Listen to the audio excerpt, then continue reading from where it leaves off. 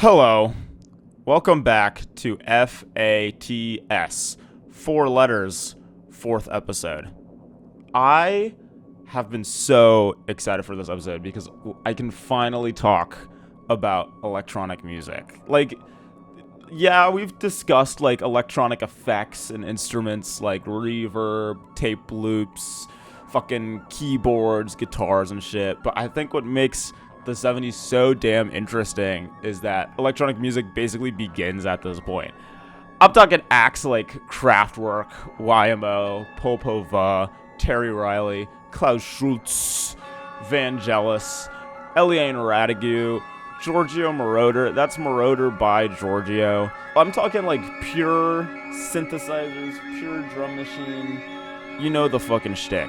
But instead of talking about those artists, I feel like those artists I just listed have been discussed to death already. I feel like if you don't know what Kraftwerk is, there's more sources outside of YouTube that can explain it for you. So on this episode, I want to talk about someone who is maybe less understated for bringing electronic music into the popular consciousness, which is Wendy Carlos and her Moog synthesizer. Carlos's career would start in the late 60s and saw a lot of commercial success with her 1968 record, Switched on Bach, which was released a decade earlier before Kraftwerk's Man Machine and YMO's Solid State Survivor. I feel like a lot of people kind of shrug her earlier music off because it's essentially kind of electronic and Moog reimaginings of classical compositions, which sounds so overdone now because any casino keyboard can give you a grand piano preset, and I think any what's the shit you call it, FL Studio, GarageBand, what's the word for that? Any DAW can supply you with a violin sound. It sounds so dated when written on paper, and it gets dismissed by the bro squad of electronic fans that just kind of dismiss it as just classical reinterpretations, which I think it's a crucial misunderstanding of the zeitgeist, the cultural zeitgeist of electronic music during this time, and also an incredible misunderstanding of classical music as a whole. I think there's this Zoom call, podcast, fucking video released by the British Library in 2022 that discusses Wendy Carlos, Moog, and A Clockwork Orange, where everyone's favorite house producer, DJ Sprinkles, kind of discusses the cultural struggle around electronic music when Switched on Bach was released in 1986. Because you need to remember, the Moog synthesizer and electronic music before was so weird and inalienable and incredibly nerdy. You can only make essentially drone sounds, music concrete. It wasn't necessarily conventional music. You ever listen to the early Kraftwerk albums, the first 2 Kraftwerk albums from 1972 or something like that? Those sound so fucking weird. Those sounds those albums, no offense to anyone who likes those first 2 Kraftwerk records, but it sounds like someone's banging on a can. Electronic music was so strange. So what Switched on Bach provided into this new revelation of electronic music is kind of appealing to more conservative listeners of music, and it's only conservative in the sense that it's just taking classical compositions. And also, when you really listen to Switched on Bach, it's not a straightforward classical record as well. There's a lot of really weird things. I think in Prelude and Fugue number 2, there's a weird buzzsaw synthesizer, and in the beginning of the record starts with a record spin. Switched on Bach is less of a 24-hour stream of piano tunes and more a YouTube upload of a dark MIDI recomposition. What's so interesting is that Carlos's influence has completely switched around because more people than ever are into weird electronic sounds now than then, where it's the nerdy thing to be into classical music, and it's the popular thing to be into weird droney synth sounds. It's always like some guy on the internet that's just like some like acid head who like owns like multiple Tangerine Dream live bootlegs saying that electronic music shouldn't sound like this. It needs to sound like it needs to sound like or some shit like that. There's also a bigger misunderstanding of like classical music as a whole when it comes to critics and Carlos skeptics, I suppose, saying that like she obviously didn't write the music, but like classical music is so carried upon performers. Like, I don't think you realize this, bro. Back in like 1783 when Bach was making shit, there were no fucking vinyl records, there was no CDs, there was no Spotify. He couldn't just drop a song. He just wrote it and let another dude play it. Composers simply write down the music, but it's up to the performer to reinterpret it and really feel it out and give it the livelihood. Like, you couldn't just put on Bach back in like the 1800s. You actually had to be like good at piano. And like people have made careers out of this. Like, look at Glenn Gould for playing fucking Bach compositions, even though I actually prefer Andreas Schiff. And that's like the fun thing about getting into classical music, is that there's different performers that you kind of naturally are inclined to appreciate. Like, there's this like thing, I don't know what it's about, I like stumbled it on YouTube. There's like a Chopin competition every year where they get like a bunch of piano players and like figure out who could play Chopin the best as like a competition or some shit. But that doesn't matter to me, because none of those Chopin players could ever beat what Arthur Rubinstein's interpretation of Chopin's nocturnes can do to me. Sometimes it's not even a matter of preference, it's just like what I heard first.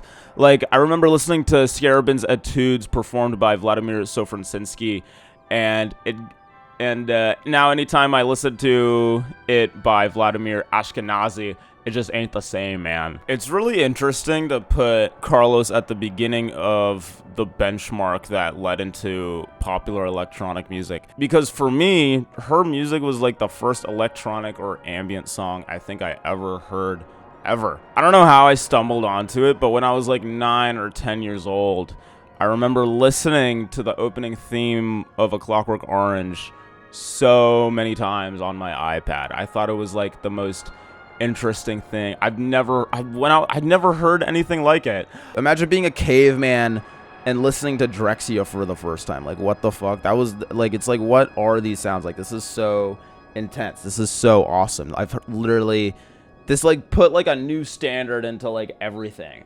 And that kind of like found thing overlapped with me kind of getting into movies at this age and down the pipeline of Stanley Kubrick's work. If you're unfamiliar with Stanley Kubrick, let it be known he's like the MVP of cinema. He has like objectively like 9, 10 out of 10 movies. Clockwork Orange wasn't the first Stanley Kubrick movie I watched, but it was kind of like the first one I got attached to, because it was deemed so controversial by the Wikipedia page I looked up on. And at a young age, I kind of wanted to associate myself with something a little countercultural that would separate me from the normies, I guess. When I was like a kid, I thought it was really cool and different to like a movie about guys that beat up homeless men and like do terrible things to women. Even though I didn't watch A Clockwork Orange, me listening to the soundtrack felt very subversive. I think the first Kubrick movie I saw was like 2001, obviously. And then I saw, wait, no. It was interesting. I think it was like, so I started off with 2001. And then the second Kubrick movie I watched was Barry Lyndon on Turner Classic Movies. I remember this because I watched it with my dad and I didn't understand what was happening in the movie half of the time. So I asked him what was going on and he would explain it to me as I was watching it. I think after Barry Lyndon, it was either Dr. Strangelove or A Clockwork Orange. I can't remember. So Clockwork Orange is like third or fourth. I can't recall the dates in which I watched it because I didn't have Letterboxd until after the age of 15.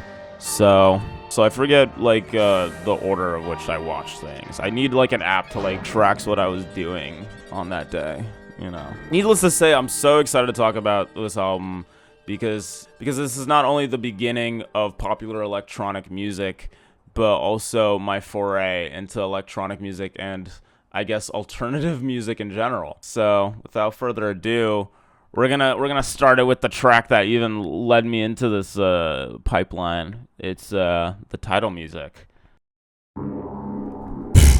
Chills, bro. Chills.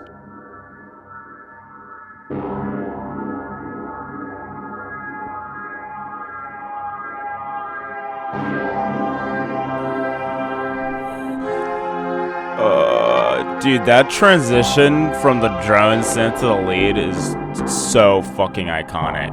Oh my god. I hate it when people just think that Carlos's music is just an electronic remake of classical music, because this is so much more different than having an orchestra. Like, obviously. Like, it sounds so, like, easy, but, like, duh. Oh, dude, this is so nasty. This is such a good song. Boom, boom.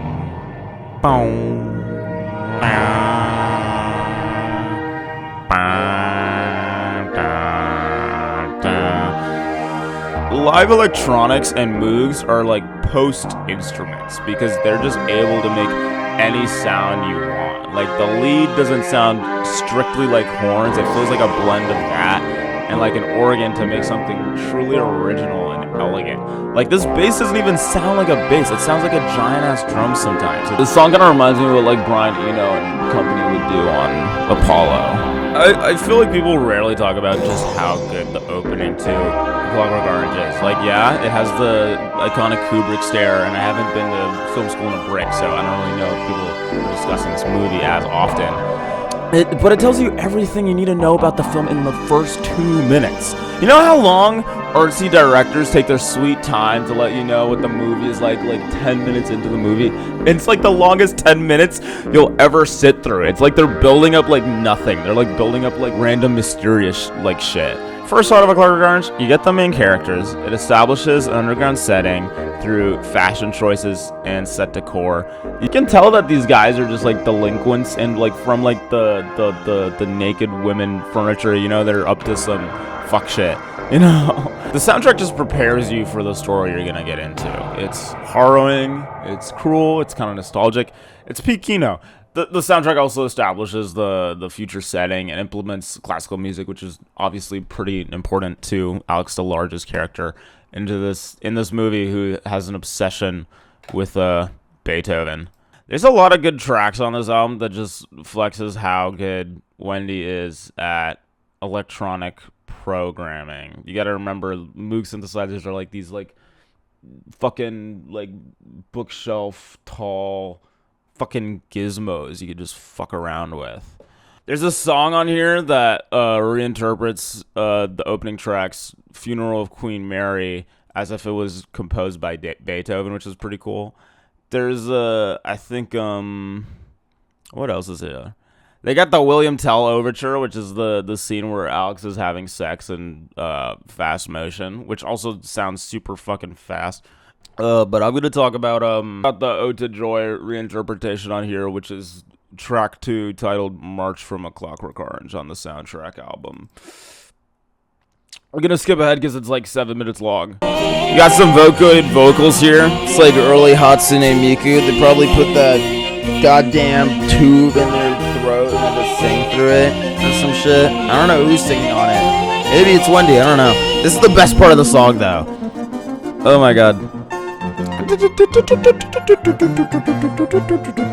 I like that it sounds like an 8-bit video game. It sounds like fucking Zelda on the NES or some shit like that. It's so fun to listen to. Wait, this is the best part.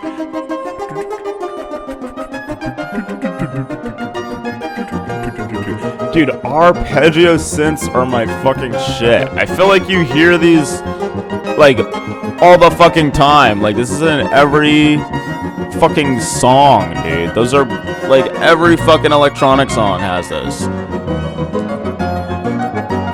Oh my god. I don't really have witty commentary. I just had to commentate on this part. I'm going to play one of the bonus tracks from the 2000 reissue titled Biblical Daydreams, which is an original composition and not based off a classical piece. So yes, Wendy Carlos can write music. Biblical Daydreams, let's get right into it.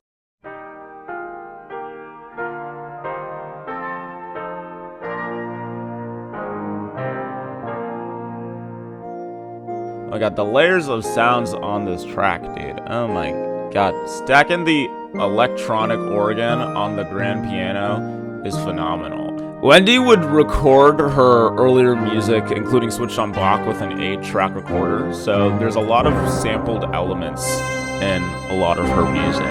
And I always feel like incorporating, I guess, like natural instruments with electronic ones are always really cool, and it happens on some of my favorite electronic music. Like, other than like OPN, you don't really hear a lot of different and vast electronic sounds that are layered and interwoven with each other. There's definitely more examples than One Tricks Point Never, but because this sounds more classical, it feels a bit nuanced or elegant than most things. I also feel like because electronic music at this point was so early and new that it would just pride itself into making whatever fucking sounds you could possibly craft with this technology. That's probably like a lot of like electronic musicians structure their song. Like, I feel like electronic musicians get off by like all the crazy fucking sounds they can make and then structure an entire song behind it. Kind of reminds me of like UK niche or bassline in the aughts when they would just kind of fuck around with FL Studio coming up with whatever distorted or goofy ass bass line they could cook up and then just make that the whole lead of the track.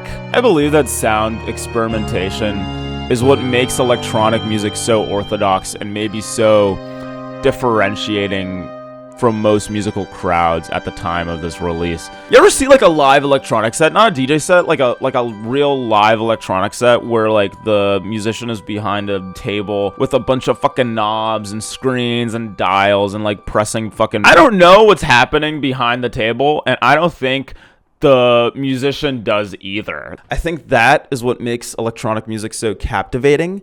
It's that sense of mystery from the audience that you don't really know what the musician is working on, and the musician doesn't really know how they kind of got those sounds.